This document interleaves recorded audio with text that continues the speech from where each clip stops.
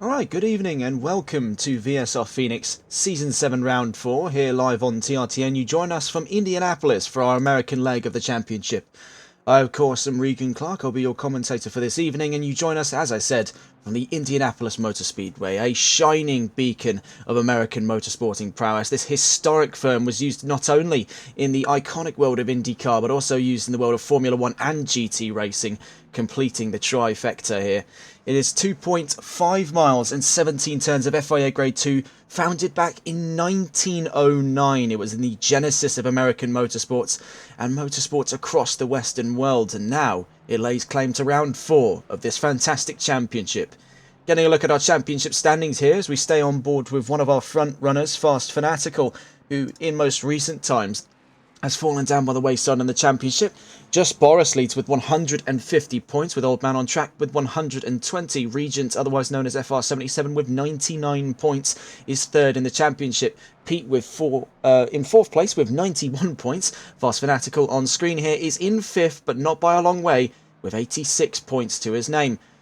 Soviet Mario is sixth with 79 points, with Blue Frogs in seventh with 74 points. Oatsy is in eighth with 70 points, and rounding out our top 10 is a joint ninth between both of these two drivers, GTR Twiglet and I believe Funky Fish, with 66 points. Now that is very, very interesting to see indeed, to have a joint point split. That's a bit of a mouthful.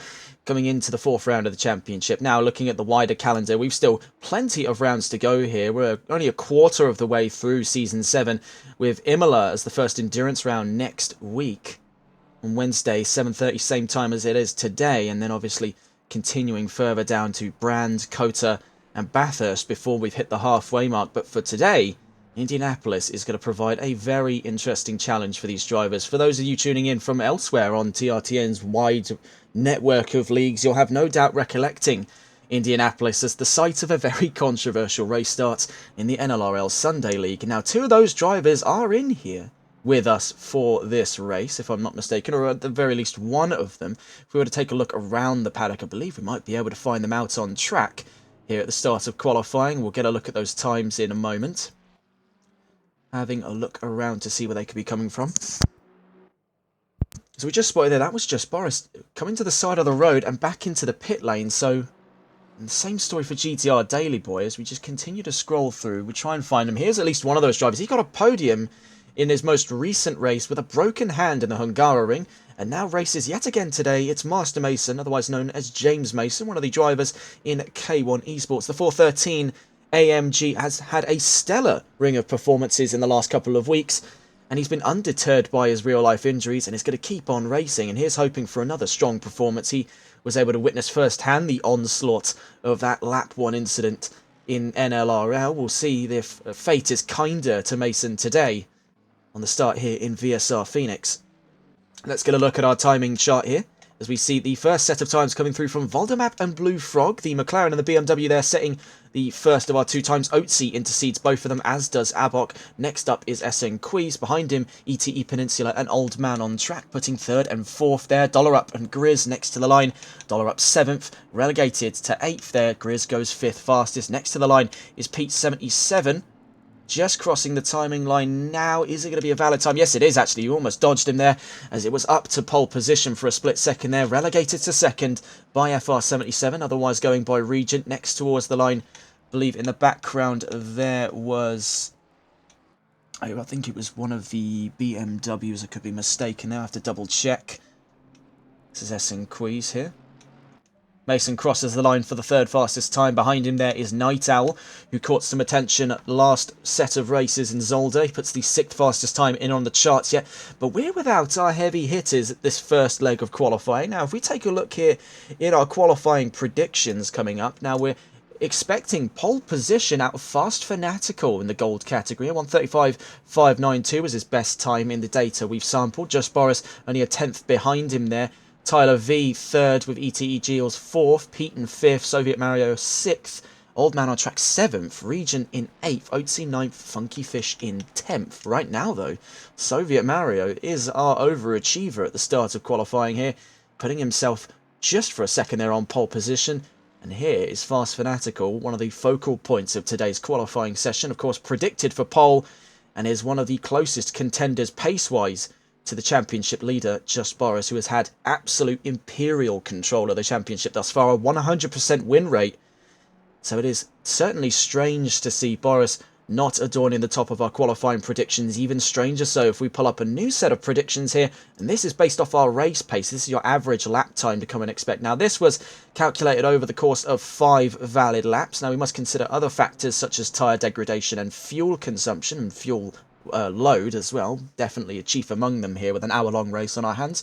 But Fast Fanatical still topping the charts with an average of a 1:36.011. That is incredibly fast. That's currently faster than the times he's setting right now in qualifying. ETE Gilles is the second best race pace so far. Tyler V consistently inside that top 3, but ahead of Just Boris, who's only 4th fastest when it comes to race pace. And now Boris is a very consistent driver. So it's strange to this commentator that coming over the course of 5 laps, he's only put in a time good enough for the 4 fastest. Now, we must consider those margins. Of course, looking in that top 4, you're arguing about 4/10 of a second there. That is almost as quick as most people can react. So that is definitely a short span of time to be negotiating. But over the course of an hour-long race, being 4/10 slower can break your performance down to nothing. We've seen races decided on mere 1/10 of a second differences on laps because it puts those drivers every single lap in closing range. So Valdemap crossing the line behind Fast Fanatical there for the 4 fastest time. Blue Frog to the line following there Zirconium. I don't believe we had a time in there from Zirconium. I can't see it on the track map at all there. So we'll follow on board with Master Mason as he follows Antion down towards the line here. Now, whilst we're on board with Master Mason up in the gold category, do want to discuss another factor coming into play on this race. Now, it's been a thing over the course of the last 3 rounds, but we've only really decided to start talking about it today just because we think there is definitely going to be a more heavy felt impact, no pun intended, for the balance of performance rankings coming into Indianapolis. The Mercedes that we're seeing on screen at the moment is actually gaining 5 kilos. The heaviest gain of weight is going to be to the Ferrari 296, gaining a whole 15 kilos. You can see further down the line, the older cars like the Audi R8 and the Lexus RCF, of which there's only 2 in contention across the board, one R8 and one RCF, that being Squilibrio and GTR Twiglet, are actually going to be the biggest losers when it comes to weight. They're losing 40 and 23 kilos respectively. That's the most amount of weight shed off these cars coming into this round. You can see most are hovering around very minuscule changes in overall weight. Mason aborts a flying lap. We'll watch with another driver who is no stranger to the incident we spoke of earlier. That's Scott Milbank, otherwise Scott Mill 44, as he heads across the line, currently 15th fastest. Fanatical crosses the line, maintaining a pole position there from a 1:35.880 in that Mustang. Something else to talk about as well, the Mustang is amongst the heaviest gainers when it comes to weight here. They're gaining a whole 11 kilograms. So the Mustang, despite being on home soil here in Indianapolis, has not only done the first, it has done the second fastest time, courtesy of another driver here, Soviet Mario, who was predicted in those top 10s and is still overachieving here. He was towards the back of the top 10, finds himself right now on the front row.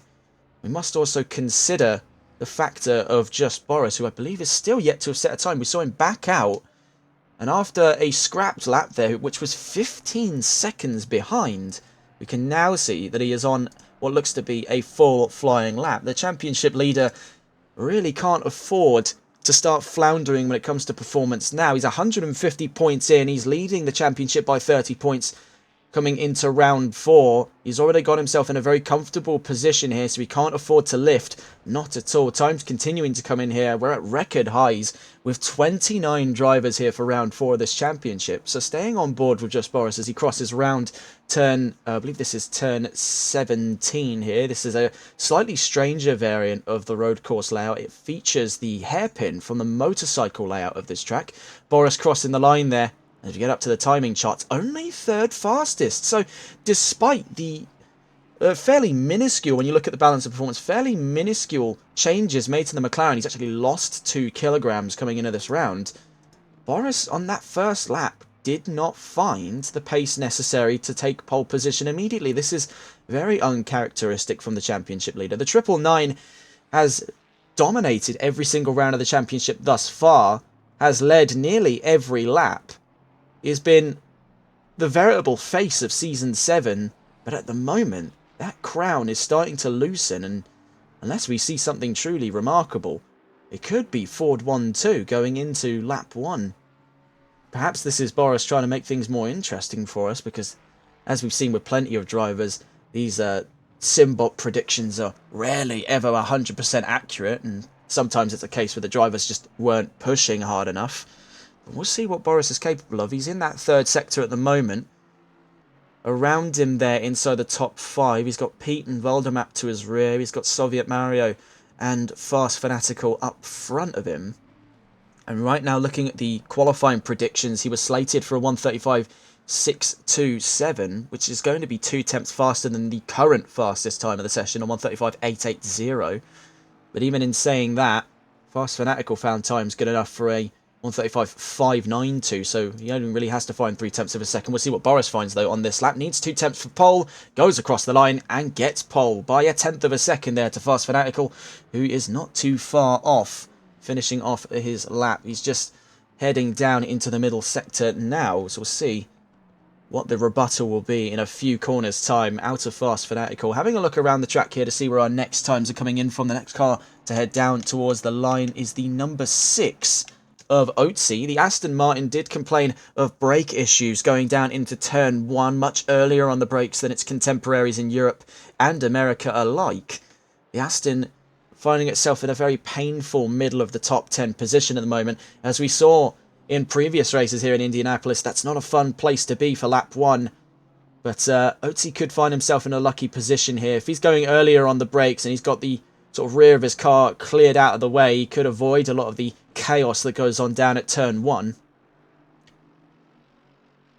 And looking at that balance of performance again, the Aston Martin is actually on the heftier side for this round there, among the cars gaining weight 4 kilos to the Aston, to the Mercedes is 5 kilos, and the BMW's 2 kilos. It finds itself sort of just at the sort of back end of weight gain for these cars. Of course, over the grand scheme of things, it's a fairly minuscule change with a car that already handles quite heftily like the Aston Martin does. We'll see what Otzi's going to be able to do with that car. We've also kept a close eye on him over the course of this championship, as furthest up the order of the Astons. Another one of the Astons also just having crossed the line there. I think we just missed them as they crossed the line here. Funky Fish makes his way to the top 10. Fanatical crosses the line, but I don't believe that was enough for a change in position. Tyler V crosses the line then. So this is another one of our front runners. Night Owl in the background there is about to cross the line with him. Let's see what time he would have set. Currently 19th. So Tyler V has been a driver that's eluded sight for most of this championship. I believe this is among the first times we've seen him. And already setting in the 4th fastest time, only 6 tenths of a second away from pole position. He was predicted up in that top 3 in both quali and pace predictions. He was predicted at 3rd, so he's aiming towards the front of that 2nd row. And in the Lamborghini, which if, again, we pull up the balance of performance charts, is gained quite a bit of weight, 11 kilos. So up there with the Ford to be on the heftier side of things when we go into round 4 here, when we go into the race, which is only 5 minutes away now, here in the end of qualifying.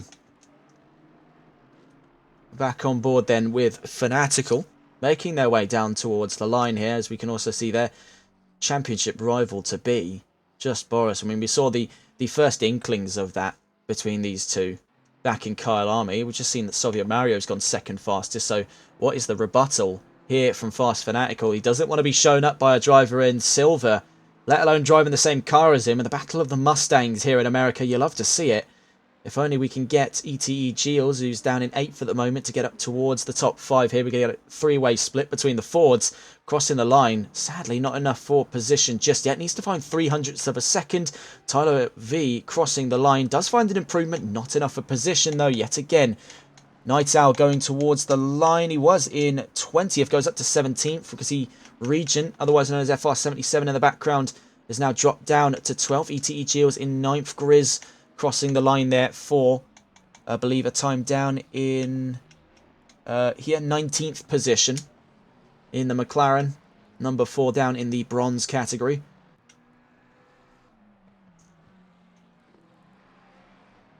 Having just crossed the line now was the 2:07 of a newcomer for this round here in round 4. As we see in the background, just Boris going towards the line. We'll just quickly see if he pulls an improvement on his overall time. 1:35.737, I should say, to beat.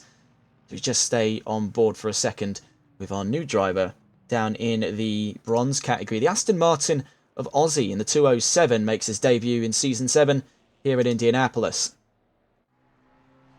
Here's a driver that we had quite a lot to talk about back in Zolder, was really wowing the crowd to the podium. It's Tommy in the silver category. Started off the season in Kyalami in the bronze category, quickly made his way up to silver, and has done above and beyond, really, out of Zolder to impress us here in the commentary box and impress his contemporaries in silver. But right now sits in a reluctant 15th, and with the Ferrari being the heaviest of the gainers for weight, 15 kilos, he is going to struggle, and we can see the same sentiment being carried across to another very fast Ferrari in silver, that being Regent, who's just heading down to the line now. Can he defy the odds of what that car is capable of? Down to the line from 14th position, goes up to 5th, so a remarkable turnaround for Ferrari to make their way to the top 5. Night Owl crosses the line, they're 17th at the moment. ETE Gilles 12th. That's a remarkable turnaround. So back on board with the other Ferrari here as we're looking to see if the Maranello firm can redeem itself against the odds here in Indianapolis. What can Tommy do then? We saw him really throw in some last-second blinders here, and he's really going to have to dig deep for this now. Just under 3 minutes to go before the checkered flag signifies the end of qualifying. Going to the Brickyard then, from 15th position, is going to stay there for this lap. Just Boris now doing a 1:35.652, is nearly 2/10 away from Soviet Mario, who's really cemented himself as a talk of the paddock in that Mustang. He's in the silver category. He's in the championship fight for the most part, let's say. I mean, looking at the top 10s yet again, it is a bit of a look down the order. Regent leading the silver category at the time of recording, with Pete second in silver category, 4th overall. Lost Fanatical in 5th. And Soviet Mario 6th overall, 3rd in the silver category. So still plenty to fight for in the silver championship.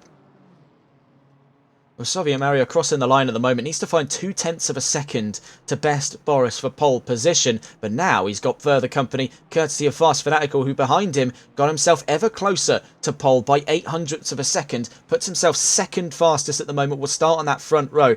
Boris is going to find himself actually quite swamped down here with these Mustangs. They do have remarkable race starts, so that's something to consider. The McLaren in a straight line, of which we're, of course, starting on, and a hefty straight line at that, is really going to struggle when it comes to going up against the Mustang on its home soil. Having a look around here then, can he extend the gap? Right now, he's just slightly faster than his predicted times. Can he continue to defy fate here as he gets to the line here? The Brickyard awaits him. A 1:35.652 becomes a 1:35.610. Tommy crosses the line for 8th there. So Ferrari starting to redeem themselves as Regent pushes up to 4th. Has just had a bit of trouble there out of turn. I think that's turn 7.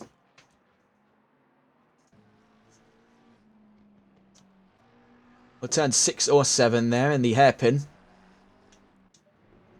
Soviet Mario heading down to the lines right behind him there. Fellow Mustang Fast Fanatical. So the Mustangs are really about to soar here in the final laps. With only 30 seconds left to go, Soviet Mario throws the towel in on this lap, letting Fanatical get him by. Could there be a little bit of tacticianry going on between these two? I think perhaps Soviet Mario is looking to learn a little bit from Fanatical. You can see he gives him quite a wide berth as we kick off the final laps. Fanatical onto pole position by 0.03 of a second. So this is a very quickly developing situation here, and it could be going sour for Boris as he's in the grass at the end of qualifying. So Fast Fanatical, for all intents and purposes, looks to be on pole position here in Indianapolis in a Mustang. We see BBR Peninsula, otherwise known as ETE Peninsula, go up to 4th fastest in that Mercedes. Regent relegated to the back of the top 5. Tommy's made his way into the top 10. So a few of those stories we've been following on board with now coming to a climax here at the end of quali. Next to the line there, you can see, was Antion. Next to the line after him, Scott Milbank and Grizz. So we'll try and find the next car heading towards the line. which I believe, looking on the map here, it's a little bit tough to see at this distance, but it looks to be the 22 heading to the line next. That being Tyler V, throwing in the towel though at the end of quali. Next to the line, Oatsy in the Aston Martin, bringing an end to qualifying here, furthest up the order of the Aston Martins. Next behind him would be Funky Fish and Aussie, if just looking by Aston Martins alone. But heading down to the line, can he make his way into the top 10 from the silver category here at the end of qualifying? It's going to take quite some way, just not enough though, by only mere hundredths of a second. Outside of the top 10, it's going to have quite a handful here on the race start. Next to the line is the 50, I believe it's the 55 car of COD Things down in the bronze category. Down in 27th position at the moment, looking to make a top 25 start. Getting down to the line, he's going to need to find quite some time in it here to best Daily Boy. Getting across the line for 23rd then is a grand finish. Next to the line is ETE Giles from 8th position, crossing the brickyard lines. Sadly, doesn't find an improvement of position there. We'll start from 8th. We'll give you a full rundown of this 30-car grid here to kick off round 4 of the championship. Record high attendee numbers here for what is going to be a very packed grid for Indianapolis.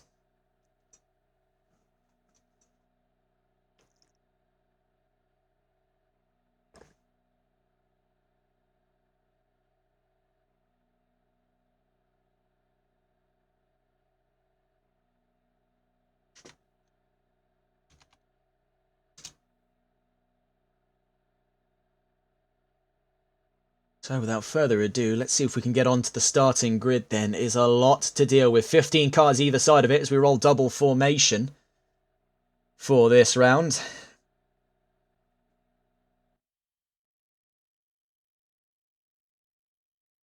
It's taking a little bit of time here. The game is a bit against the wall when it comes to cars attending in this mass scale. 30 cars, I mean, it's nothing to scoff at all. Do expect quite a bit of drama going down into turn 1 then. It's not easy to fit a pack of 15 cars down into turn 1 here at Indianapolis. We're dealing with double that.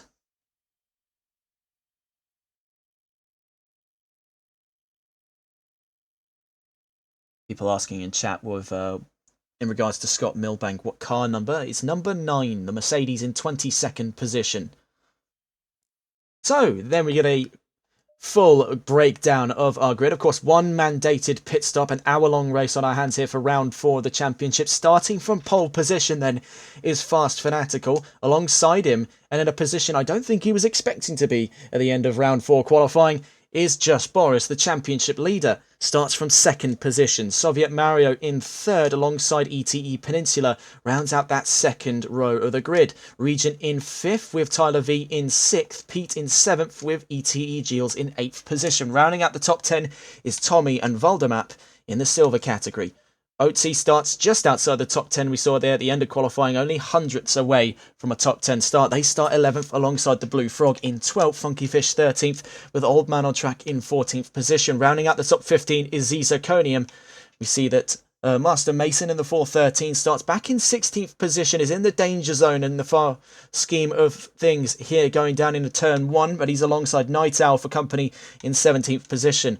In 18th is SN Quiz in the 2 Tier 3 BMW. Rounding out the top 20 is Grizz and Antion down in the bronze category. Rafing in 21st alongside Scott Milbank in 22nd. Cod Things, otherwise going by Codzilla, is 23rd alongside GTR Twiglet in 24th, not being able to capitalise on the 23 kilos lost on that Lexus. Space is in 25th alongside GTR Daily Boy in 26th. Aussie on his first race starts back in 27th position ahead of Abok and Dollar up in 28th and 29th. Rounding out the top 30, not having set a time, the number 16 of GTR Millard. So a lot to break down here, and I'd say especially so if you're looking inside our top 10. That is quite a message being sent there. Floundering performance in qualifying. Admittedly, this isn't exactly starting at the back of the top 10, but for Boris, he's very, very comfortable with starting in first and leading from first. Now, he's going to have to find a miraculous start up against one of the best cars in a straight line. And not only that, starting right behind our pole sitter is yet another Mustang. So Boris stands in the position here when he's on the sort of backhand of things. He's on the outside going down into turn 1. He could very easily lose position out to Soviet Mario if they get a cracking start as well. And it's all just going to back up. Not only that, he's flanked on all sides, really, by cars with better straight line speed. He's got that Mercedes with him as well. And it's only until you get down to about 5th and 6th there do you find the McLaren having the straight line advantage. So we'll stay on board with Fast Fanatical as we go into our formation lap in a moment's time. 20 seconds to the mark, as a matter of fact. You can see, just getting a gander down at the extensive running board here. 30 cars, 15 cars either side of it. Going down into turn 1, this could get very nasty. I mean, we saw already the incident that occurred on a straight line section of the track, with the grid smaller than this. So, for this commentator, there is a bit of a heart in the throat sensation here at the moment. Hoping all the best for these drivers. There are 2 drivers amongst them that are no stranger to what I am referring to. And they're going to be keeping eyes on Storks coming into lap 1. So kicking off the formation lap is Fast Fanatical on his first pole position of the season. He was predicted for it, of course, and he has delivered on expectations in that Mustang.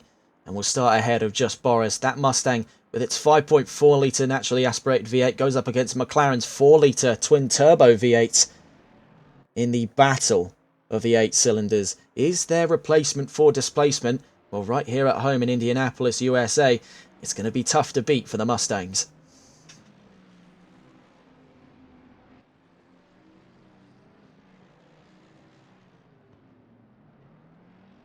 This is going to be among the toughest sections of the track coming down into this hairpin. We get a look on board here. Admittedly, a bit of a slow crawl through here on formation, but this corner has caught so many people out, whether it's in the thick of battles or whether or not it's on the opening laps. Even out in the open, I've seen drivers flounder at this section of the track just because it is not necessarily the original road course layout. Like I mentioned, that hairpin is somewhat of a new addition, being mixed in from the motorcycle racing configuration, which, fun fact, actually runs in the opposite direction. It runs anti-clockwise as opposed to clockwise, so very strange stuff there. Where turn 17 is actually where turn 1 is for motorcycles. Of course, doesn't take a astute eye to tell you that these aren't motorcycles. So heading down into sector, well, the end of sector 2 into sector 3. A very short sector 3 ahead of us. One with really only one major braking zone. We've seen a handful of battles in this area of the track, but very few drivers find the space to go lunging for the inside. Here as we get that very short runaway down towards the corner in question here, down at turn 15. You can see that some drivers do like to hang to the back of the track there, getting a little bit of the banking of the Brickyard circuit. Famous, of course, as the venue of the Indy 500, one of the motorsport's triple crowns alongside the Monaco Grand Prix and the 24 Hours of Le Mans. And I suppose whilst we've just got a moment's time here as we get round to turn 17, just a brief bit of the news. Of course, in Formula 1 news, Lewis Hamilton completes his first test with Ferrari at the Fiorano circuit, which drew quite a crowd in Maranello. Hankook shows promise in the World Rallying Championship after the Monte Carlo shakedown. And speaking of, Oyt Tanak was fastest.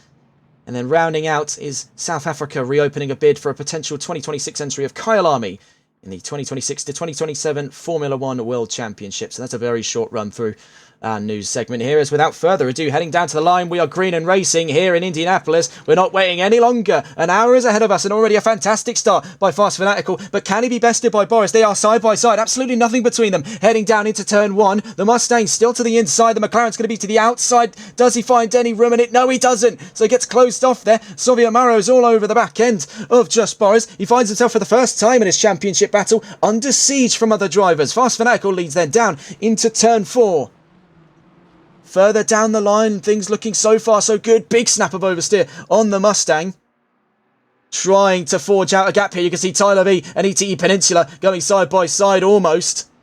Looking to battle each other for position very early on in this race. Fanatical then out of the hairpin already with Boris closing in and closing in fast. But following him in his trails is that other Mustang there of Soviet Mario. So let's just get a quick look down the lines here as we see ETE Geos, another Mustang here looking to do battle. This is with ETE Peninsula, so there'll be a lot of respect between the pair of them here, both on the same team, of course.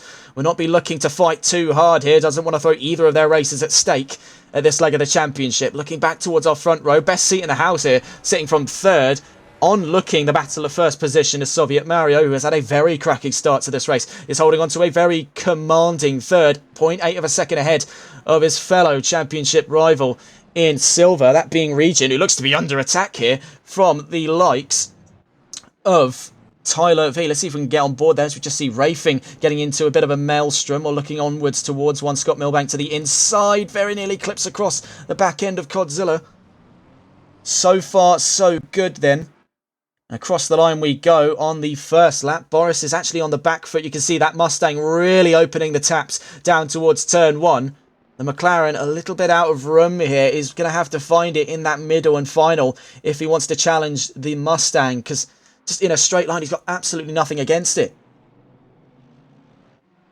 Looking around here, Pete getting closer to Voldemap in 8th position. He's in 9th at the moment as we head round turn 4. Mason looking to battle SN Queese down towards turn 4. Big snap of oversteer there.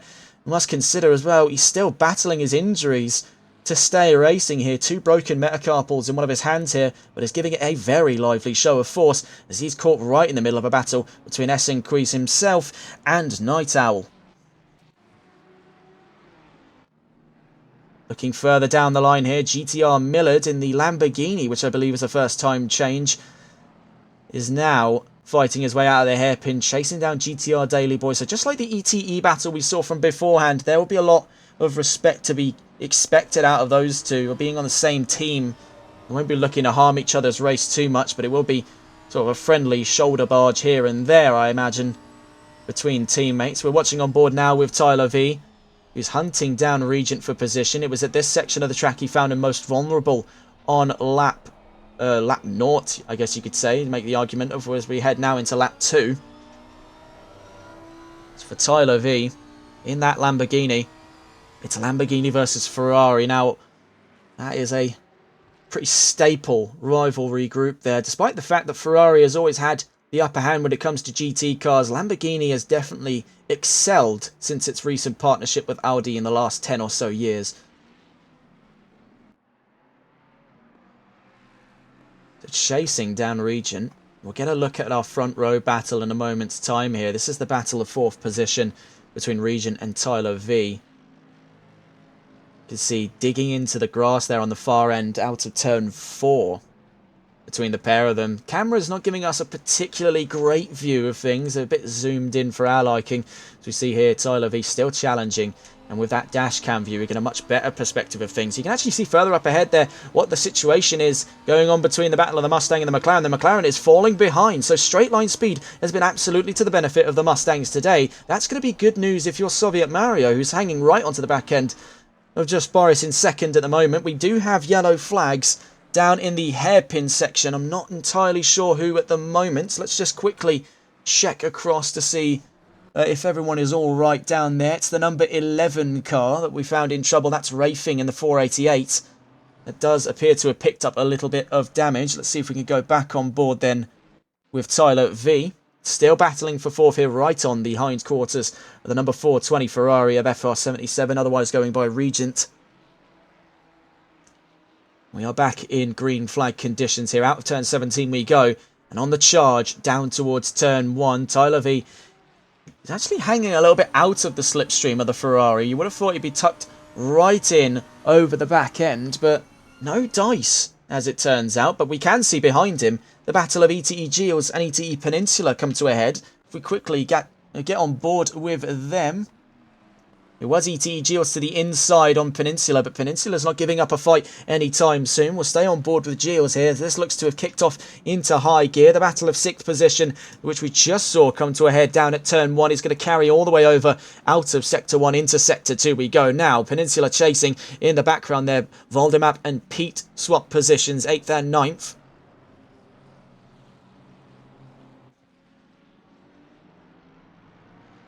Heading out of the hairpin we go, down towards turn 8.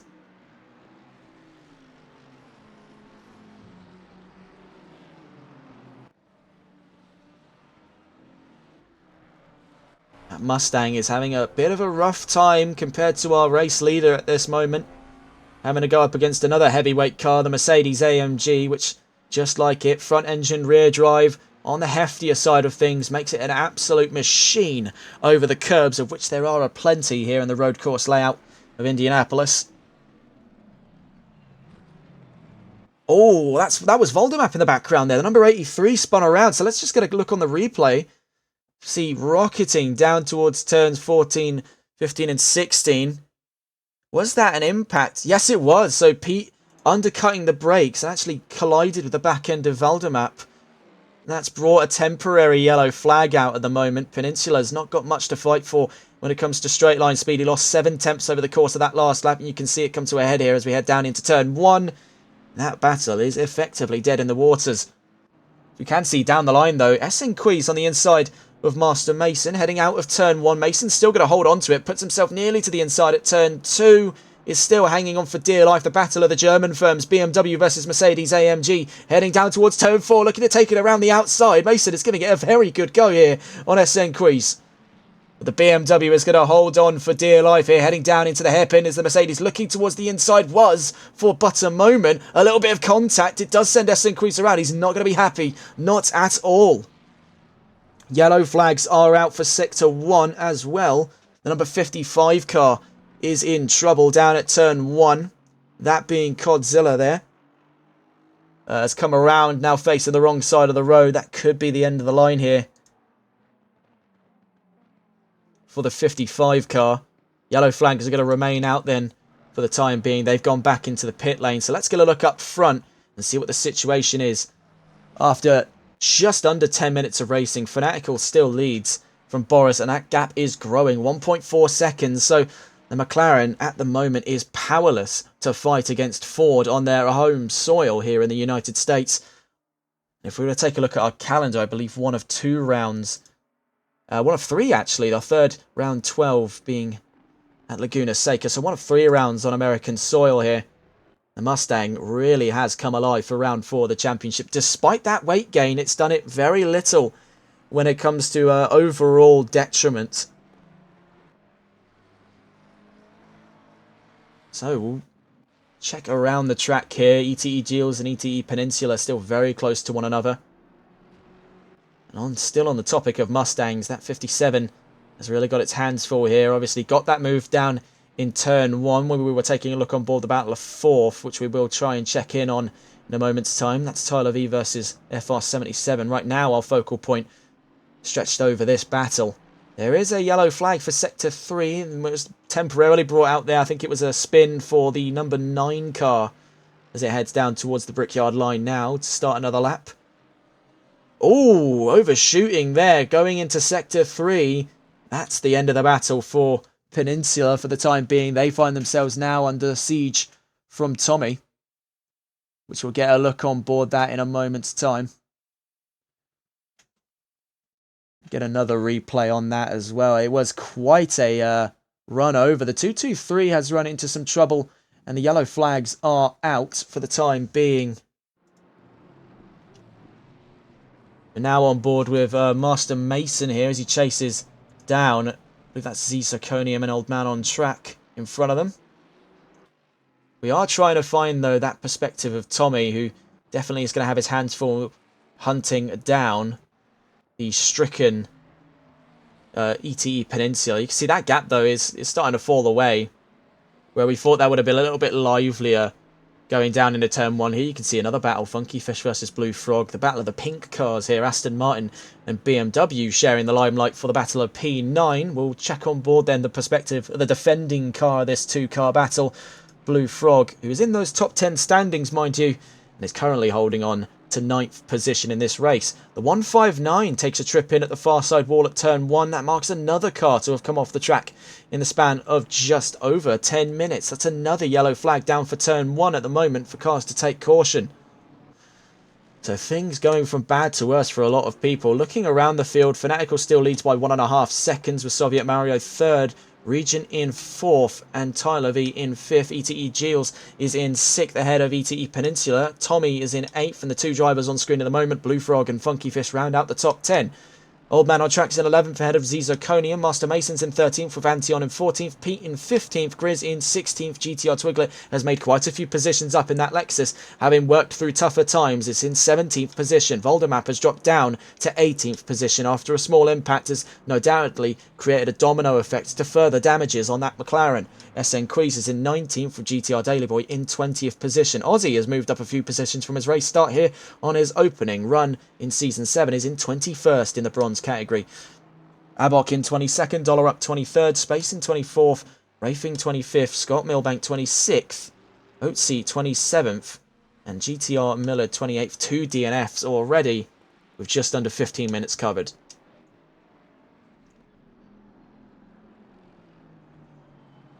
It is a real slipstream battle for most. Heading down into turn 1, it's where the most of our battles come to a head. Now, there are other areas of the track where the drivers can choose to attack. This is usually the safest bet. But you can always bank on a mistake in the first sector to get you to the position as well. And I think that's what Funky Fish has got in the back of his mind as he looks to be challenging down into the hairpin. You can see he was angling himself to the inside, was just too far away to make the move stick. But he's going to start pressuring that BMW in front of him to start conceding on line. He wants them to start running defensively so that he can take advantage of the full racing line, unabashed by the dirty air he's having to ride in on that BMW. But it looks like he might not have to wait any longer. Heading down into turn 8 we go. Funky Fish to the inside. The Aston Martin, minor contact there between himself and the BMW. So heading into sector 3 we go. Funky Fish moves up into 9th position. Blue Frog knocked down to P10. Little bit of contact to solidify the move. I think Blue Frog's going to be carrying that sentiment forward. You can see he's driving it a lot more aggressively since he's been overtook to try and retake 9th position off of the Aston Martin. And he's going to be eagerly waiting on his opportunity here. Now he knows in the battle of straight line speed there are 2 certainties. You'll be passed by a BMW and you'll be passed by a Ford. Will the Aston Martin fall the same fate then, as he is hunted down by one of 2 such cars? The BMW M4 with phenomenal straight line speed across the board is what is the strongest attribute of BMW's lineup of GT and prototypes, is their phenomenal straight line. But it's just not working to his benefit today. Too far away to make that stick, but close enough to have closed the gap down. He's back in striking range. We'll catch up with these drivers a little bit later on as we take a look around the field. Zirconium and Mason in close combat here for 12th position. Just in the same vein as that Aston versus BMW debacle, these cars are very well matched on this circuit. The AMG is going to have to dig very, very deep here. It's been a race possibly to forget for Mason. I think he'll be hunting down a top 10 here. You can see both of them having trouble round the hairpins. Zirconium running wide, Mason running too close to the inside. Understeer versus oversteer. The BMW is really struggling. So I think the floodgates are about to open here for Master Mason to make a move heading down into turn 8. In a similar vein as where we saw with the battle of Funky Fish versus Blue Frog, we could have seen something like that. The Mercedes practicing better judgment of the situation here. I think he's going to be waiting for Zirconium to fly too close to the sun again. You can see that BMW, by the way its body language is at the moment, is really struggling. It's a low TC setup and it's just too sharp for those Pirellis to handle. There's just not enough heat in them at the moment for Zirconium to get the most out of his vehicle. So heading down into those final set of corners before we kick off lap 9, he could be in serious trouble later down the line. We must bear in mind 45 minutes left in this race. It is far too early for that car to be showing its problems, and Mason runs very nearly into the far side wall there. He's using every inch of the track to try and give him the momentum necessary to hunt down Zirconium. Now Zirconium doesn't have too much to worry about. He has got mechanically better straight line speed, but that Mercedes is leveraging physics to its aid now. Heading down into turn 1 was much closer than he'd like it to be. We'll catch up with these two later on as well. Twiglet has made a few positions up from his race start. The Lexus and solitary Lexus in the championship, working with a very nice 23 kilo reduction, has put him up inside the top 20 from his race start. He'll be hunting down to top 15 before the end of this race. With the momentum he has at the moment, that is definitely in the bookings. See at the moment, Oatsy looking to lap Rafing. Blue flags are shown for the number 11 car. Or looking to unlap himself, I should say.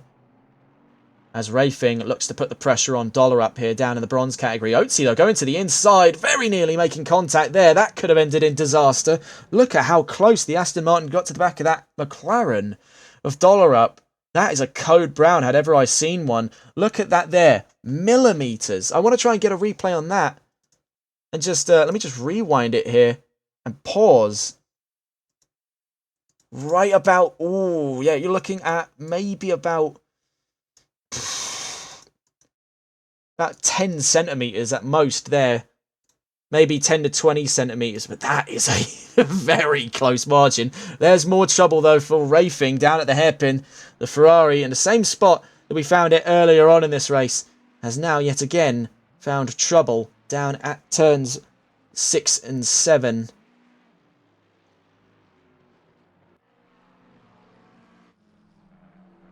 For Dollar Up, who I think has dodged quite a monstrous bullet of that Aston Martin, is now sitting pretty in 23rd.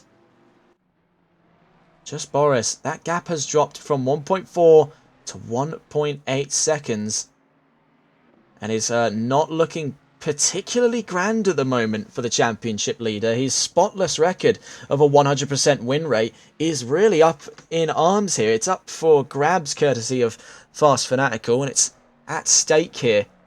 He'll be really hoping for a mistake out of that Mustang sooner rather than later. He knows that in the grand scheme of things, the Mustang and the McLaren are not too different when it comes to how they chew up those tyres, how they chew through fuel. They've got some of the biggest engines in the industry for the modern front runners.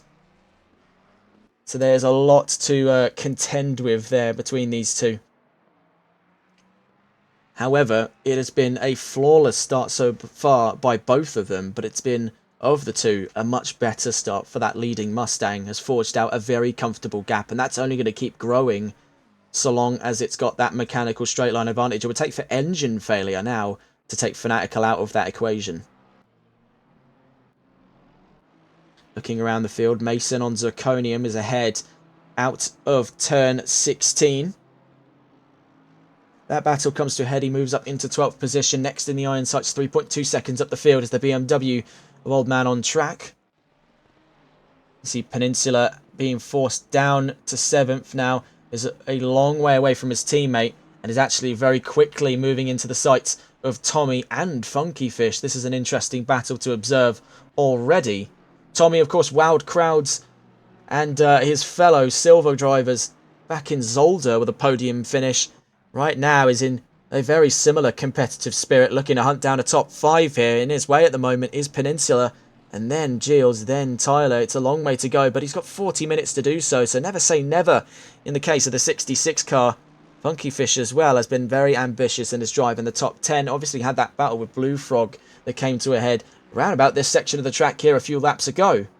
Now we see what Tommy can do in his battle against Peninsula, of which is closing down very, very quickly.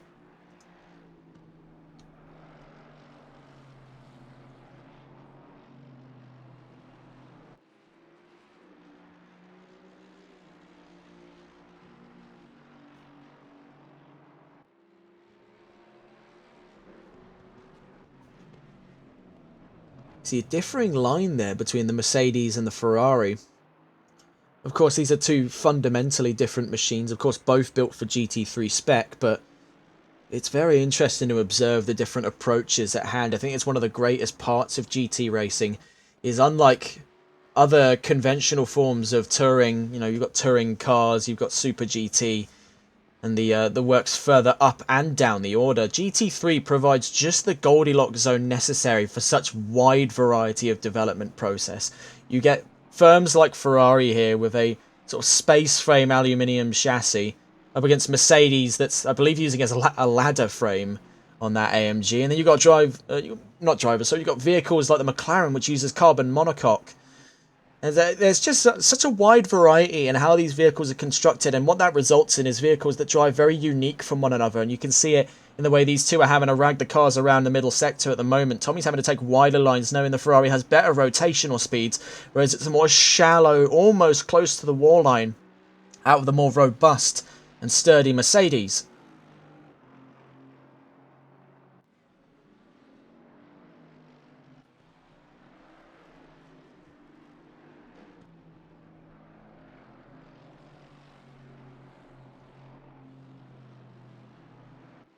So we'll stay on board with the helmet cam of Tommy here.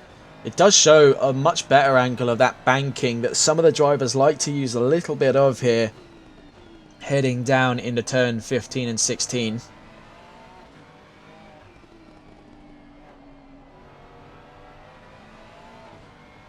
can see he's waiting on Peninsula to scrub more speed, but to his chagrin there, he's actually gotten a little bit more of it by just swinging the back end around, letting the weight play a factor on these cars. You can see, of the two, he was the faster with a 10th improvement, but Funky Fish was also on his trails there, 200ths faster. So really, the more these two get into arms about it and get into very close combat, which I'm expecting in a few laps' time, make no mistake of that, these two will battle. By the looks of the momentum between the pair of them, it is only a matter of time before they're side by side.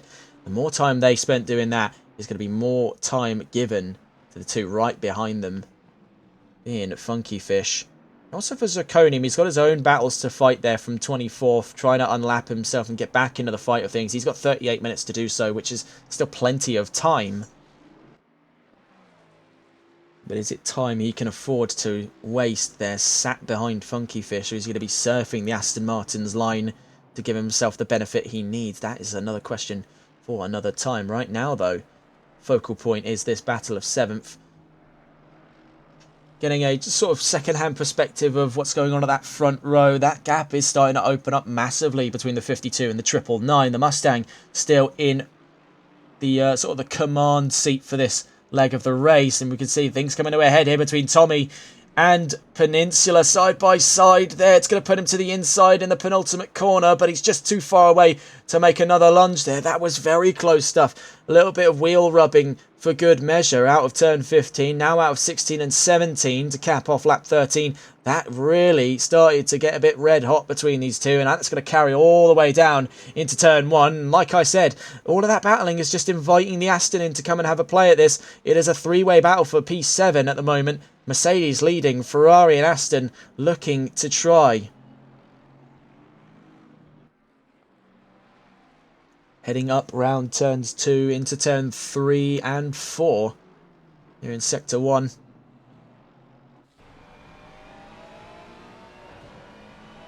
Out through turn 5 into turn 6 now we go. You see just how much better rotation the Ferrari has at the apex there. It's all thanks to that centre of gravity and a little bit of that weight distribution, courtesy of it having its engine mid-mounted, unlike the Mercedes, which has its monstrous 4-litre twin-turbo over the nose. Similar engine, actually pretty much functionally the same engine as that Aston Martin backing up this 3-car pack at the moment. So it's really now the conundrum of what's going to be the better engine in this mix, you know, V6 or V8.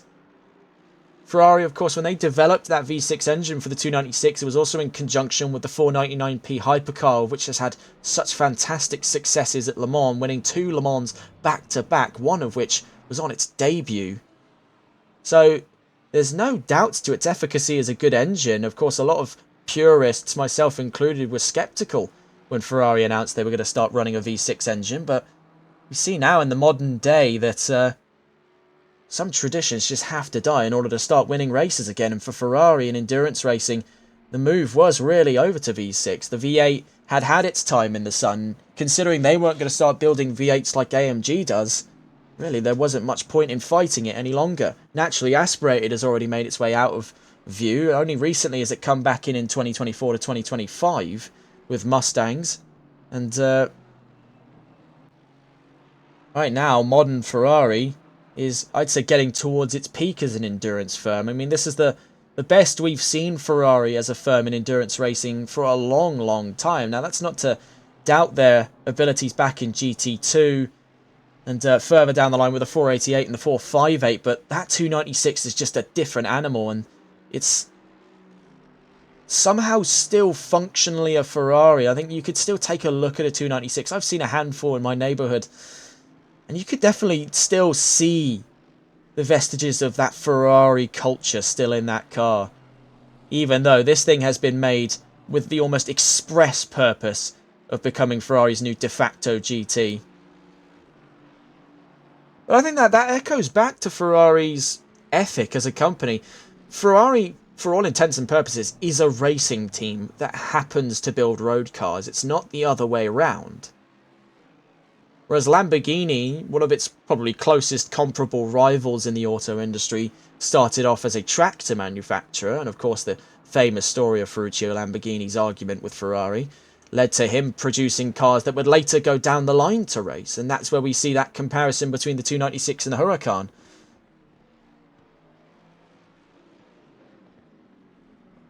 But right now, let's go back on board the battle of 7th position, as it looks to be picking back up here. We had just a little bit of a moment to chat for a little bit there about this car. It is a mighty, mighty machine, the Ferrari. Whether you're a fan of its engine or not, you cannot deny its ability and how popular it's become in GT racing. Not only is it a prominent site here on ACC, it's a prominent site all the way over in iRacing, as well as its older brother, or bigger brother, the 499, which has just made its way into the prototype selection category.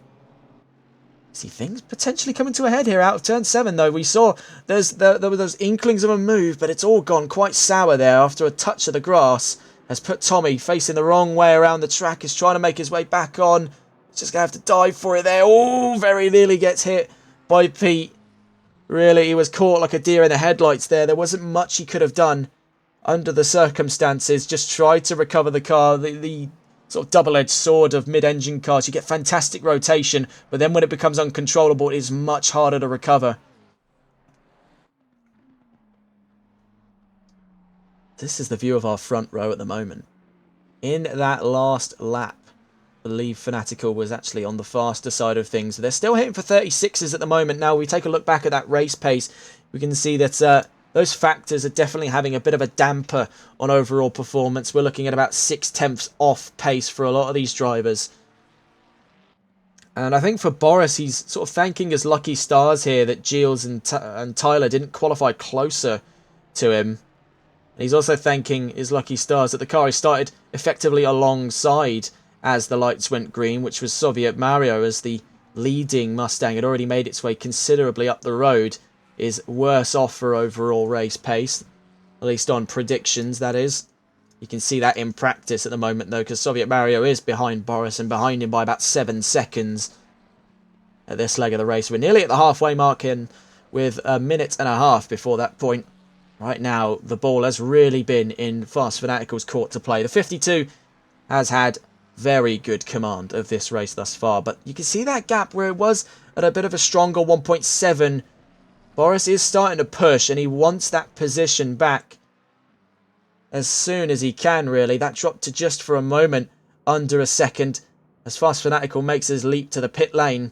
I think the 999 is actually going to stay out on track there. You can see running to the outside was the orange and blue of just Boris. Here's Fast Fanatical then, alongside Dollar Up on the run into the pit lane. The 52 then, first of our front runners to do so. Soviet Mario also stays out for this lap. That is something that I think I failed to discuss, really, was the fact that, for all intents and purposes, up until this point, the majority of our pit-stopped cars had done so because of damages incurred earlier in the race. Now we're starting to see those strategic pit stops take place. Dollar Up and the then leading car, Fast Fanatical, chief among them. Scott Milbank picks up a stop-go 30-second penalty for infractions made in the pit lane. But just Boris then, now he leads this race. I'm sure the thought weighs heavy on his mind at this time of how can I secure this? How can I maintain this race lead here? I really, really needed the open air I have now. It's a case of, can my car hold up under the stresses of this before I take it in for some new tyres?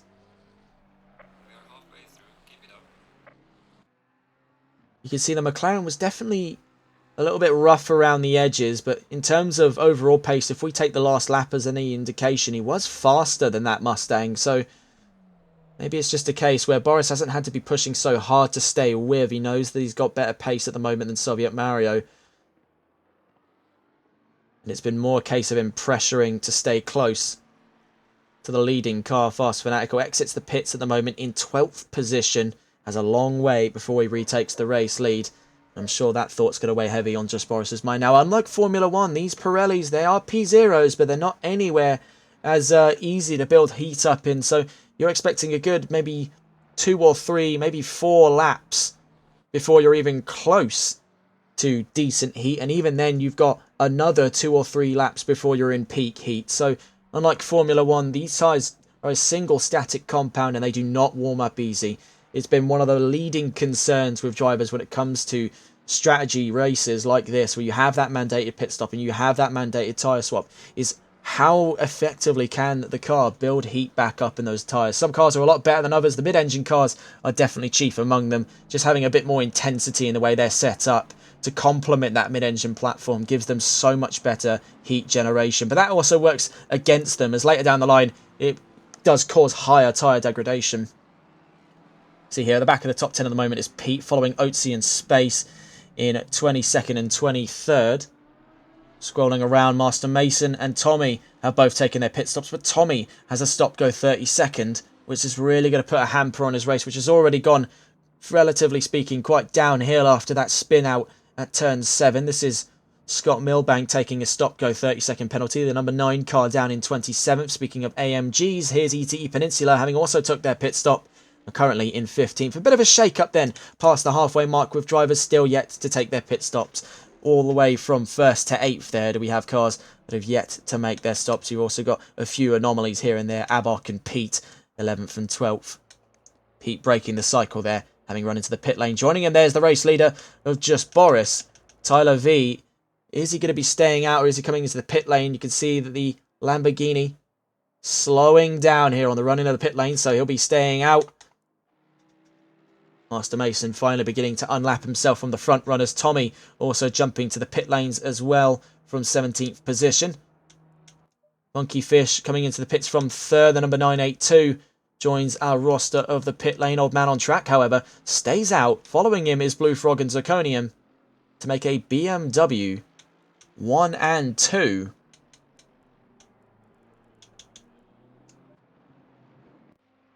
So you see here a very packed pit lane in Indianapolis at the midway mark of this race.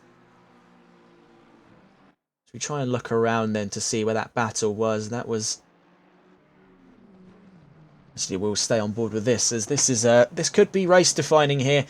The pace that he's had in the last couple of laps will effectively determine what goes on for the rest of this race. The 999 is on its way out of the pit lane as we speak, but rounding turn 17, heading down towards turn 1 is Fast Fanatical in what is going to be a very close run for it in the grand scheme of things when it comes to the lead of this race. The 999 has been cleared, it's off the limiters and is now down into turn 1. Fanatical though is starting to warm up, so he'll have that grip advantage on Boris as he closes down from 3.5 seconds away. Boris has gotten very, very lucky with the run into the pit lane there, very well managed by the 999. We'll see what he can make of this second half of the race, however, with Fanatical now on the back foot.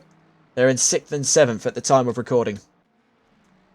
Soviet Mario is in 8th position, was previously 3rd. Of course, a few positions yet to gain before the end of this race. Plenty of cars still making their way to the pit lane. Tyler V has a stop-go 30-second penalty. So that run into the pit lane has proven a challenge for quite a few in this race here. Indianapolis, of course, is a track relatively unexplored on most calendars. It's only really started to make its way back into trending here on console in recent months. And that pit lane is just a very short run out of what is already a banking corner. They're leaning into it. They've got a lot of momentum carrying around turn 17. Turn 16, I should say. It runs in conjunction with that last corner. It's in parallel, so a lot of drivers get themselves into the idea that it's going to be a bit of a longer run towards that limiter line. They can afford to speed up a bit, but no, it really does just drop on them like that, and that's where we end up in situations like this where plenty of drivers pick up those penalties after the midway, and it really does shake the order up. Blue Frog is yet to come into the pits, as too is Antion. They're 1st and 2nd at the time, so we'll see. As Old Man on Track is now into the pits as well. That pushes Boris and Fanatical up to 4th and 5th. You see here the battle of 21st between Space and Oatsy. McLaren versus Aston Martin.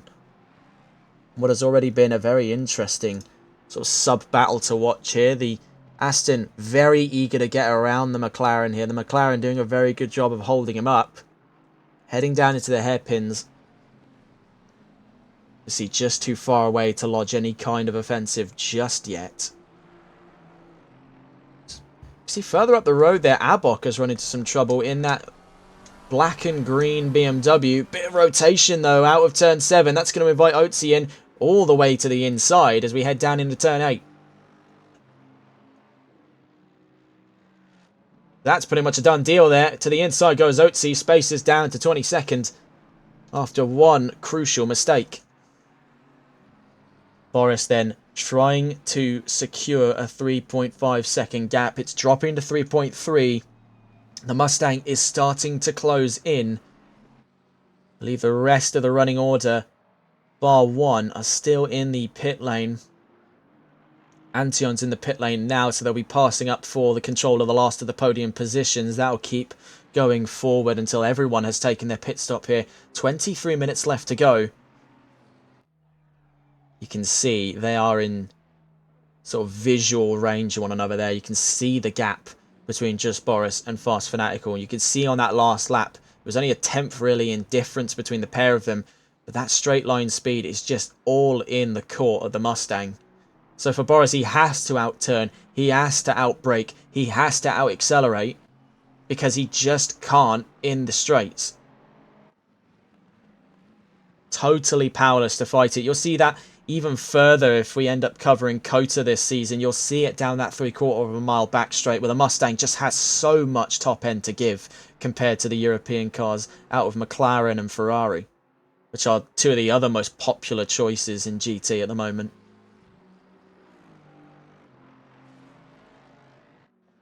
That gap still at 3.3 seconds with Aussie in the way. He's like a deer in the headlights here on his first race, bless him. He's in the iron sights of two of the fiercest competitors on the grid. It was first Boris down into turn 1 and 2. It's next going to be Fanatical as we head down into turn 7 and 8. So I think he's already managed to get that done there, and it's done very little to hamper his time. Maybe about a tenth of a second loss there. Negligible in the grand scheme. Twiglet and the Blue Frog both in to the pit lane then. And that is going to re-secure the lead battle then, as it were, as we were expecting it to be for some time. Staying on board with Just Boris as he now secures the race lead. So that whole first half of the race was in the court of Fast Fanatical. We'll see what the second half holds here, with Boris now leading the fray. We saw it was a floundering performance out of the McLaren. He was giving it everything he could as a driver, but sometimes the machinery just doesn't click with the venue. You can see the gap is starting to drop, so we'll catch up with these two a little bit later on. 21 minutes to go in this race. We've got Grizz and Voldemap here, close proximity down in 14th and 15th position. A battle of the two McLarens.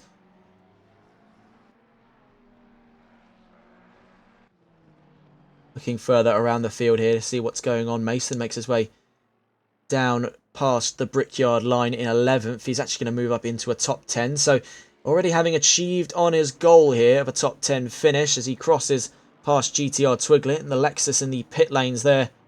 Now moving up to 10th.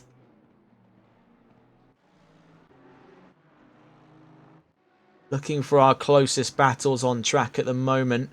You can see things getting closer between Tyler V and Otzi in space. We saw all three of these, or at least two of these three drivers, I should say, were very close to each other in a very good battle earlier. And Otzi's actually now fallen back behind space over the course of the last couple of laps. Now with the added factor of Tyler, who himself is gold standard when it comes to overall pace. You know, we take a look at that predicted race pace.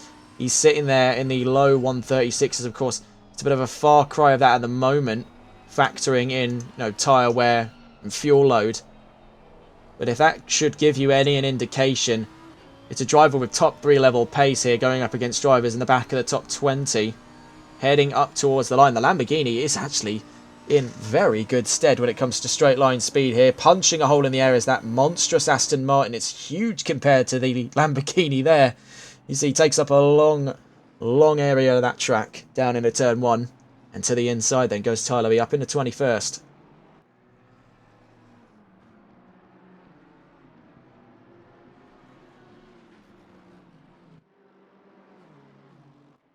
And here's two drivers that'll be an interesting duo, if any, a day were to arrive for such a battle, today is the day between Funky Fish and Old Man on Track. These two drivers have had their own fair share of very fun battles, and Regent has actually run into some trouble down at turn 3, so this could very well become Three's company here.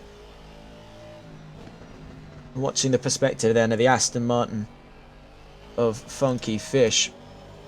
Saw him get his hands full with some battles in Kyle Army and Zolder. Same story for Old Man on Track. So now, two titans of pack battling meet here, I should say. They meet here for the first time. And who will be beat? There we go. Now you can work that into it. Yeah, not my finest moment. Yellow flags out in the middle and final. The 22 and the 30 caught up in trouble there. We quickly arrive on the scene from the perspective of Funky Fish. The battle of 7th position at the moment. Heading into the final sector.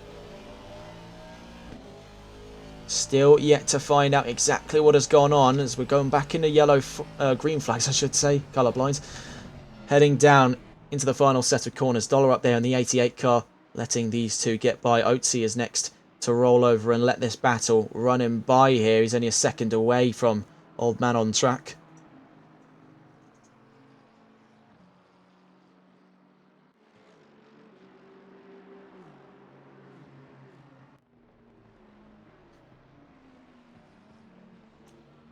You can see that it's definitely forced a little bit of a buffer zone at the moment in the battle for 7th position. It's going to pick back up as we get back towards that middle sector. These two titans meet and see what they can do here. It's definitely going to kick off very suddenly. If I have known anything over the course of this season and having watched Funky Fish's driving style, he does really like the element of surprise and waits until a very unexpected time in the lap to strike for position. Likes to throw a little bit of those tricks up his sleeve against the other drivers. But it's always been in a way that I feel like often is somewhat fair. Often he gets a little bit of a scrape, as we saw this race as well when he was battling with Blue Frog. But such is the case when you try and go for a dive bomb. There's always that added risk of collision just because of the sudden and often sort of unpredictable nature of a move like that. It's what makes it such an astonishing style of driving to watch. It's what makes it very exciting for fans, is to see dive bombs like that.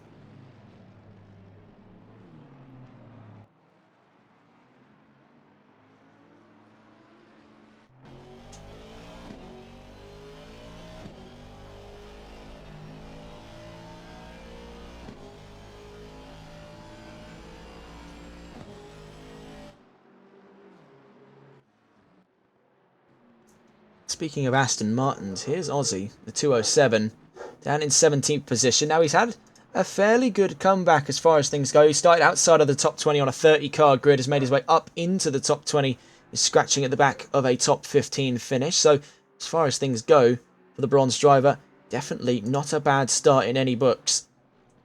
See though, something interesting building here as we see Regent backing on to what looks to be about to unlap himself. Tyler V trying to get around Peninsula so that he can get at space. It's a bit of a buffer zone here between the lapped and unlapped cars. Leading the fray, and with 5 seconds to the nearest car is ETE Gilles and Regent, the number 420.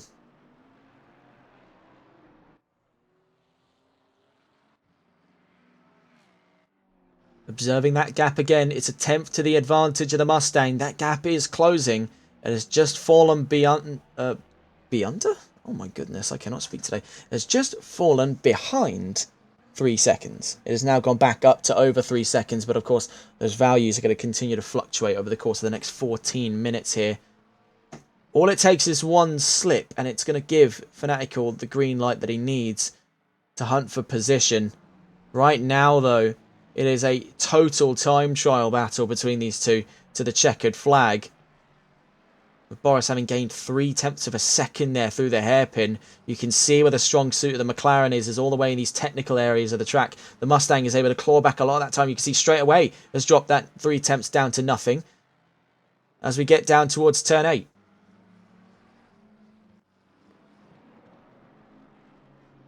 Lonely drive for Soviet Mario, but a well-deserved podium. I'm sure you'll be very, very happy to see that come through. After all things said and done, it was a very strong qualifying to an even stronger podium finish on the horizon here, as long as he keeps his head down, keeps it cool for the next 13 or so minutes. Same story for ETEG. It was Mustangs adorning the top 5, 3 of them, as a matter of fact. Not even one of them, I'm sorry, 2, 3, and 4. Could be 1, 3, and 4, depending on where things go in that battle over the course of the next 13 minutes of racing. Ford has had a very strong showing, despite the setbacks on their vehicle. Now, we must consider as well, they're on the heavier side of things when it comes to weight gain. Note that third from bottom row. That is the Ford Performance Mustang GT3 on screen here. That's gained 11 kilos, whereas the leading McLaren at the moment actually got shaved 2 kilos coming into round 4.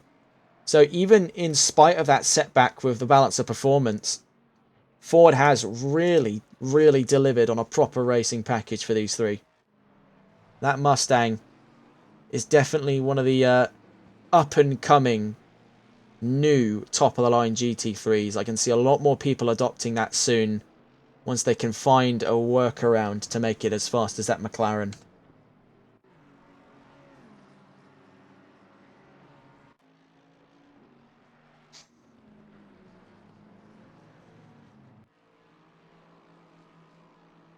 You can see here a battle on the horizon. This is for 11th position. Twiglet a second ahead of Zirconium. He's just about to drop inside that pivotal second bracket. 3/10 faster on that last lap as well. So this is a battle of straight line speed just as much. Before it was the Mustang, it was these two. The Lexus RCF and the BMW M4 were the titans to be for straight line speed on Assetto Corsa. Unrivaled by any machine to have gone up against them. The Lexus was a king of its time. The game's early release back in the mid-2010s, it was a very dominant force to be reckoned with, so much so that the devs had to actually nerf the car after a few months of release. The BMW, when it released back in 2022, was incredibly dominant in ACC. Was added later on in 2023. And then more so with the advent of the Ferrari and McLaren pairing, the 2023 cars, if we can find one of the two here, as we see all manner of things start to kick off. As a matter of fact, Scott Milbank looks to be unlapping himself from Abok. Zirconium at the moment is still a second behind Twiglet. Looking around, Old Man on Track is 0.3 of a second away from Funky Fist. That Aston Martin is starting to close in. He's got the slipstream. Mechanically hasn't got the top end for it, so he's going to have to really try and dig deep here for a move if he wants it, but he's not going to go for it at turn 1. Perhaps eyeing up a move later down the line. He does love the element of surprise in that bright pink Aston Martin, so he's made it accidentally quite hard for himself here to gauge an unexpected move off of Old Man on Track. You can very clearly see where the Aston's coming from. But will it be here? He was looking at it. Down into the hairpin. It's a very popular zone. Besides turn 1, it's the most popular zone on track to try for those overtakes. Just because you have to swing the car all the way to the right-hand side, it does leave that gap open. Just because to stay on the inside is actually the worse offline unless you are right on top of one another. This is another very popular zone here down at turn 8. You can see Tyler V just shadowing these two battle for 6th position. 10 minutes left to go then. You can see the battle between Zirconium and Twiglet has quickly fallen apart there. Half a second has been opened up between the pair of them in the last time we've seen them. So having a look back at our front row, it's still plateauing at 3 seconds between these two. As it was when we got that 1.5 second gap between the pair of them, it took almost all the way until the end of the race for it to close down. Except now this is definitely much more to the benefit of Boris because it's double the gap that he had against Fast in the opening half of this race. And of course, he's leading, so there's less of that factor of any residual dirty air affecting tyre deg. He's got clean open air to play with. What have I gone on there? Down at was turn 8. Just want to go on board with the Mustang then. in second position. We'll leave you with him for lap 31 of this race. We'll be back in a moment's time here, just staying on board with Fast Fanatical.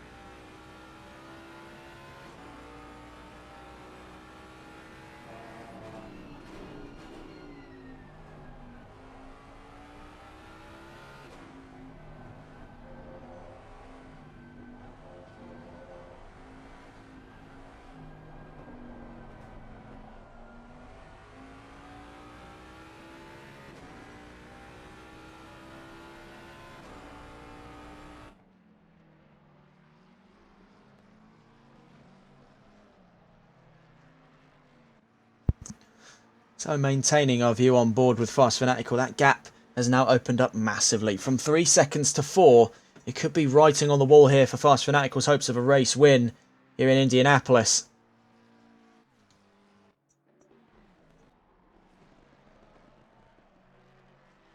Speaking of the Mustang at the moment, here's Soviet Mario leading the silver category and has had a very grand race. We've commented on it before, but he's 20 seconds out of the mix here, so will not be challenging for second with 7 minutes left to go in the session.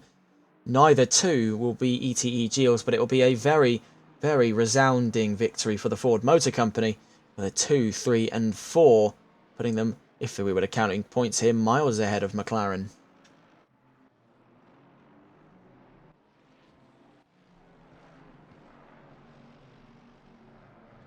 Things starting to liven up here towards the back of the top 10, with Twiglet looking to defend from Mason and Zirconium. This could be an interesting one to watch to cap off round 4. The Lexus on the defence from two of its fellow heavyweights, the Mercedes and the BMW. Though, I'd say calling it a heavyweight's a bit of a generous term, given it's on the much lighter end of things for balance of performance. The front engine cars have always been the juggernauts of GT3. Now we see 3 of them enter the mix here for control of 10th position. We'll stay on board then with GTR Twiglet on the run down towards turn 1. With a rapidly closing in Mercedes, 0.7 seconds away from him. Makes that gap much, much smaller. Later of the braking drivers here down into turn 1, but that's going to just bounce back on him there. It was perhaps a little too late on the brakes there for Mason, and it did curb a lot of the momentum that the Mercedes would need to carry for a position change here down, heading towards the hairpins, pushed him further back into the sights of Zirconium. Now heading around the hairpin, we go out towards turn 7. Ahead of them there, the number 88 of Dollar Up will be shown the blue flags, and it's going to jump out of the way there to let these 3 surf on by down towards turn 8. A swerve on the tyres there, trying to build up some of the heat necessary for one final lunge out of that Lexus. GTR Twiglet needs every degree he can get here to fight off the Mercedes. It's still nothing short of brilliant to see cars from the original sort of launch of the game. That original selection of cars still do battle in the modern day with top-of-the-line machinery like the newest generation Mercedes AMG GT. And the BMW M4 as well, must consider that. So, 4.5 minutes left to go. It looks to be wrapped up here on the front row between Boris and Fanatical. But right now, our focal point is on these two. Twiglet v Mason for control of P10. There's always one at the back of the top 10 that gives us a spectacular battle to cap off these rounds. It is one of the things we love most about working with VSR Phoenix. We're never shy of a battle.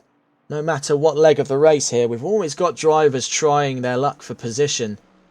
We'll see exactly where the story between these two go in a moment's time. Could it be all the way to the checkered flag, or could we see a move just on the horizon here between these two? Moreover, will a successful move take place, or are we going to see Zirconium surf the line and gain a few positions for good measure, putting himself in the top 10? There are plenty of possibilities to consider right now. Twiglet's keeping it very calm, very level-headed. Of the three cars, there's pushing the least. Yes, he's scrubbing time per lap, but he's actually holding on to a little bit more tyre life, where you can see the Mercedes is understeering, the BMW is oversteering. The Lexus is just right. Right in the Goldilocks zone of handling profiles here for the front wheels. The front-engined rear wheels. I wouldn't hope that'd be front-wheel drive with 500 horsepower and a 5.4 litre naturally aspirated Lexus V8 under the bonnet. That would be a bit of a tank in the corners, put it lightly. So I think we're seeing less the battle of 10th now take place, and looking further behind them, you're looking at the battle of 11th take place. We see 4 seconds now, the gap between the front row. That battle, unless something catastrophic occurs in the next couple of laps, is going in the direction of the 999. So stay on board with Master Mason, whose hopes of a top 10 are starting to escape sight there, along with the tail lights of that Lexus. Has now got to redouble his efforts here to at least finish in 11th, with Zirconium hounding him for position here, 0.4 of a second away. Mercedes versus BMW yet again here to cap off round 4 of the championship. With looking at it, probably about a lap and a half's time left to go for these drivers.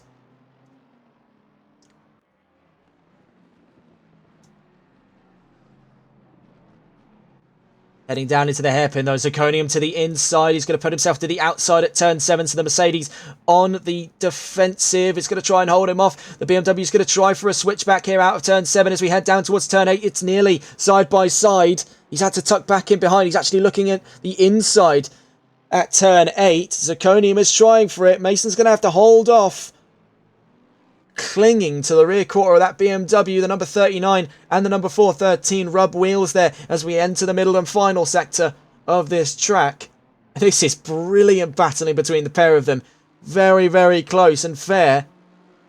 Bordering on an almost touring car level of camaraderie here between the pair of them, heading down into the final set of corners. They're still absolutely with it. This is brilliant stuff to see here at the end of round 4, but ultimately it appears to have gone in the way of Zirconium, who, as we get down towards the opening straight, is going to have the better of the straight line speed, but tucking into the slipstream. Can Mason try for 11th position here?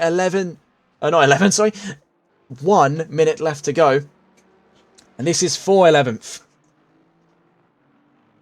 See, he's in the slipstream. He's getting closer, closer, closer, but he's just out of roads towards turn 1. He's going very late on the brakes and a bit of contact, but nothing too detrimental. I think that's just the signs of very close racing there. You can see nothing really came of it. A little bit of a ding on both cars. All things said and done, we're on the final lap of racing now. Boris continues to lead from Fast Fanatical, but our attention firmly drawn on what has been a spectacular side-by-side battle between these two. They've shared in what has been a fantastic race here in round 4. We'll see where they go as we get towards the final moments of this race. We want to try and catch on board then with our race leader. Stop go 30-second penalty for Regent caps off what has been a round to forget and puts their championship titles in silver up at stake here.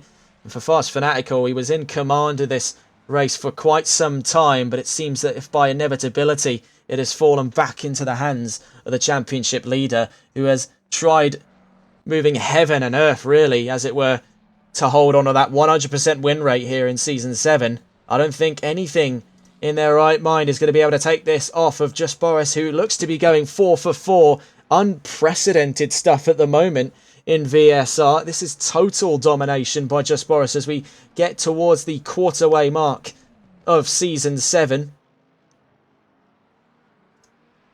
So he did it in Kyle Army. He did it too on the trot in Zolder. And it looks like to make 4's company, it'll do it again Just Boris is a race winner for the 4th time running in Season 7, 4 in a row, 100% domination from the 999.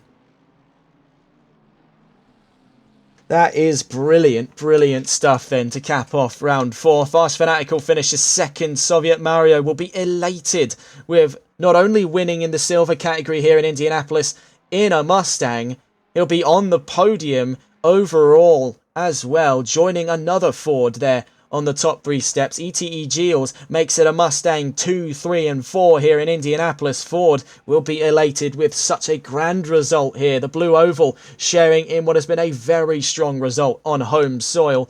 ETE Peninsula makes to the back of the top 5. And after sharing in a very good battle with Old Man on Track and Funky Fish over the course of this race, is going to take a resolute P5, but all the way to the line then is going to be one to watch. Old Man on Track versus Funky Fish capping it off 6th and 7th.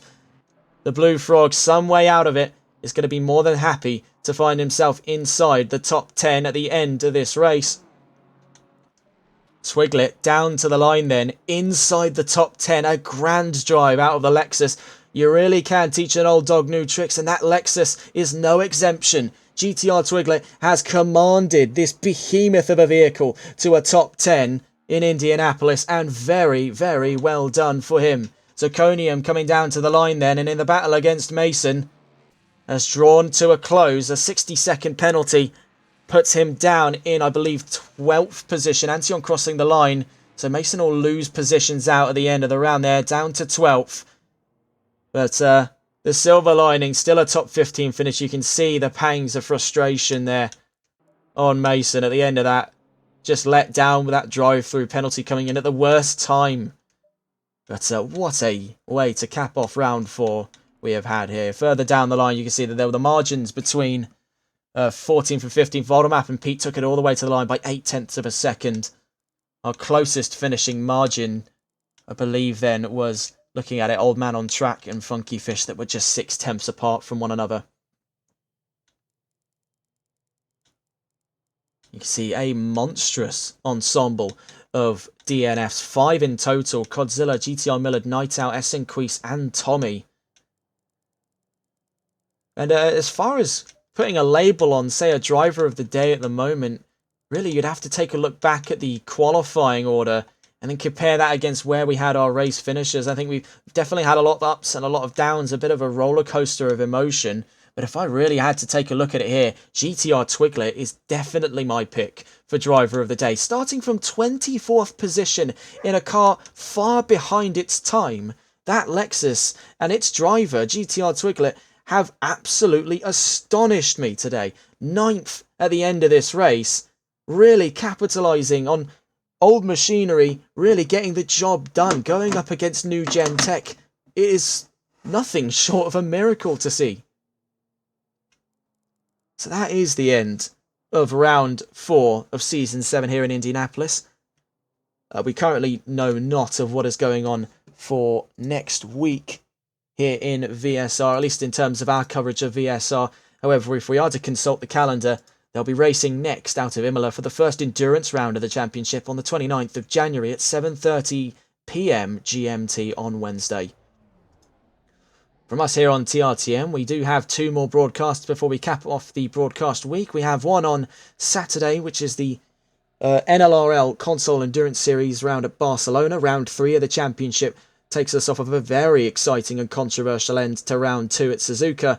And then, of course, we have the long-awaited season finale of the NLRL Sunday League coming up in a very drenched Nürburgring for round 8 of the championship. It will be a very exciting run to the line. I think only 6 points dividing the front runners. But all comes to an end here for VSR Phoenix today. And a very well done to Just Boris, Fast Fanatical and Soviet Mario, our podium sitters for this race. And a very well done to GTR Twiglet, our driver of the day in the number 96 Lexus. That's all then from us and TRTN. And take care until Saturday. We'll see you later on.